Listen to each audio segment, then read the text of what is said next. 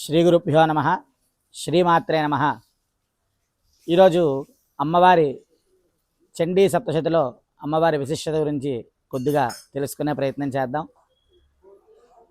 మొట్టమొదటగా మధుకైటభులు అనేటువంటి రాక్షస సంహారం చండీ సప్తశతిలోని ప్రథమోధ్యాయంగా మహాకాళీదేవి ఏ విధంగా సంహరించిందో ఇప్పుడు కాస్త తెలుసుకునే ప్రయత్నం చేద్దాం.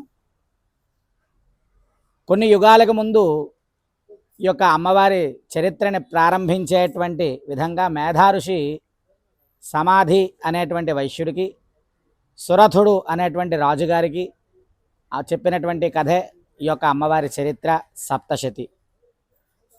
విష్ణుమూర్తి సృష్టి ప్రారంభ కాలంలో ఆయన కర్ణమలము నుంచి అనగా చెవి గులుము నుంచి ఉద్భవించినటువంటి వారు మధుకైటభులు. ఆ మధుకైటభులు స్వతహాగా రాక్షస ప్రవృత్తి కలిగిన వారు అవడం చేత పుట్టి పుట్టంగానే ఎక్కడ ఎవరు దొరుకుతారా, ఎవరిని తినేద్దామా అని చెప్పేసి చూస్తూ ఉంటారు. అదే సమయంలో విష్ణుమూర్తి నాభి కమలం నుంచి వచ్చినటువంటి బ్రహ్మగారిని చూస్తారు. ఆ యొక్క బ్రహ్మగారు ఎదురుగా కనిపించేసరికల్లా ఆయన మీదకి యుద్ధానికి వెళ్ళిపోతారు. ఆ యుద్ధానికి వెళ్ళిపోగానే బ్రహ్మగారు అంటారు, నేను బ్రాహ్మణుణ్ణి, యుద్ధం చేయలేను, నా మీదకి యుద్ధానికి వస్తారేంటని చెప్పేసి అమ్మవారిని స్తుతిస్తారు. త్వం స్వాహ త్వం స్వధా త్వం హి వషట్కార స్వరాత్మిక సుధా త్వమక్షరే నిత్యం త్రిధా మాత్రాత్మిక స్థిత.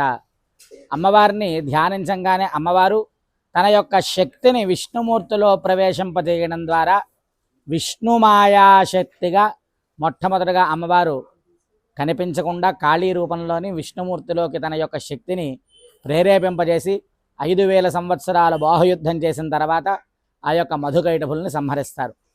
ఆ విధంగా చండీ యొక్క ప్రథమోధ్యాయమునందు మధుకైటభ సంహారము మొదటి అధ్యాయంలో మహాకాళీ స్వరూపంగా బ్రహ్మగారి స్తుతించడం వల్ల వచ్చినటువంటి మూర్తి కాబట్టి ఆ యొక్క మొదటి అధ్యాయానికి, మొదటి చరిత్రకి బ్రహ్మగారి అధిష్టాన దేవత.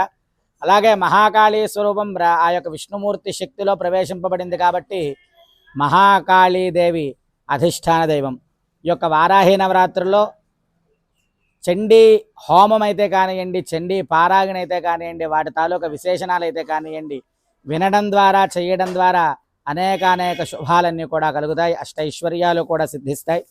అలాగే మన రాజమాతంగి పీఠంలోని వారాహి నవరాత్రులు, దేవీ నవరాత్రులు, యజ్ఞయాగాది క్రతువులన్నీ కూడా శాస్త్రోక్తంగా నిర్వహించడం జరుగుతున్నది. కాబట్టి అవకాశం ఉన్నటువంటి భక్తులు ఈ వారాహి నవరాత్రులనే కాకుండా అలాగే దేవీ నవరాత్రుల్లోని, మాతంగీ నవరాత్రుల్లోని కూడా విశేషంగా వచ్చి అమ్మవారి దర్శనం చేసుకొని ఆయురారోగ్య భోగభాగ్యాలన్నీ కూడా పొందగలరని ఆశిస్తున్నాం. జై శ్రీరామ్. శ్రీమాత్రే నమః.